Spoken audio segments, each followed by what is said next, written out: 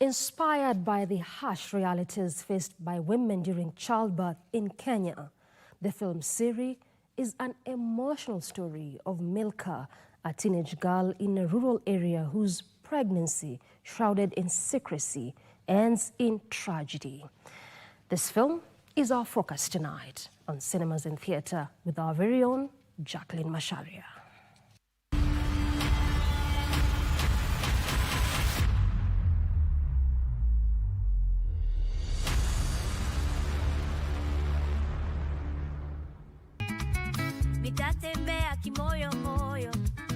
Set in a close-knit village, Milcah!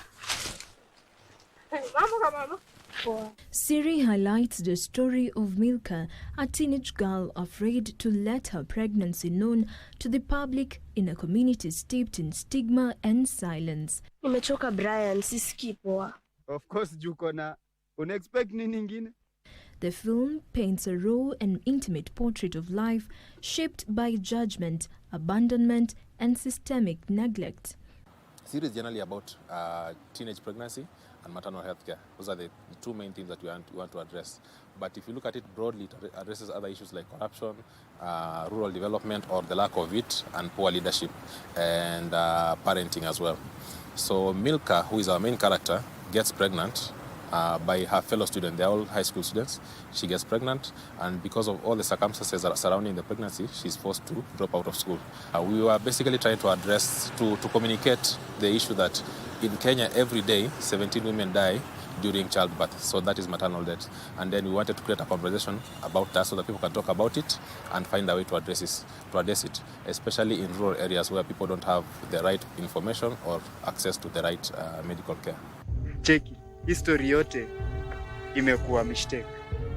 Kumbuka niko na dreams zangu. After shule ni either niende UK ama US. Usijaribu kuniharibia life yangu Milcah.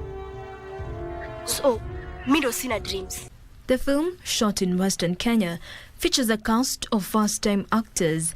Director Kevin Mafumbo notes that despite many of them being new to the screen, directing the team came naturally. I partnered with somebody from Western. His name is Boniface. He has a large network of actors. So there are actors who do small skits, TikTok skits, to the mashinani kienyeji level. But if you look at them properly, you realize that these people are actually talented. So we did a casting. We expected about 20 people, but we got 78 people who came for auditions. But we only had 6 roles. So that shows you how much hungry they are for opportunities. Working with them was very easy because they're actually very talented. And most of them, as much as they don't have film or TV experience, they've been doing their TikToks, or they've done theater in high school, or they've been acting in their community, just community plays and things like that. And then some of them have been trying to make programs for TV. So some of them have that experience.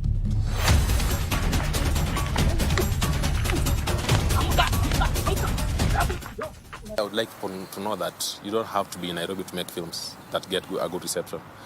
We can tell our stories from the village, our original kienyeji stories, or even tell a modern story, but we can tell them from the village. Also, I would like them to know that shooting in the village will actually cut your budget because feeding people is cheaper, transporting people is cheaper, accommodating people is cheaper, and then people should not be afraid to tell our stories in our own kind of original way. Okay, because most filmmakers are now looking to Netflix, to Hollywood, and all these big platforms where they give you standards that maybe you feel like you cannot attain. Milcah's world is harsh.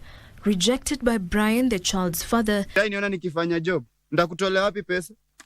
Ni kama umesahau mimi ni student. I'm still children. I'm a teenager. And left to hustle alone, she finds solace in her mother's quiet support.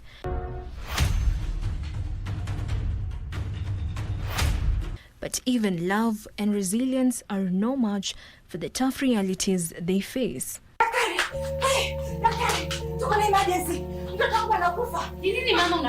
Poverty, stigma, and a failing healthcare system. Will Milcah overcome the challenges, or will the system fail her too? Siri is now on YouTube. Just search Siri the film or go to Sibala TV. It is the only film there amongst other content, but it's the first film that you will see. Siri the film. Milcah mali yuko, ako na amani sana. amejua ameacha mtoto wake kwa mikono mizuri. Jackline Macharia for Cinemas and Theatre.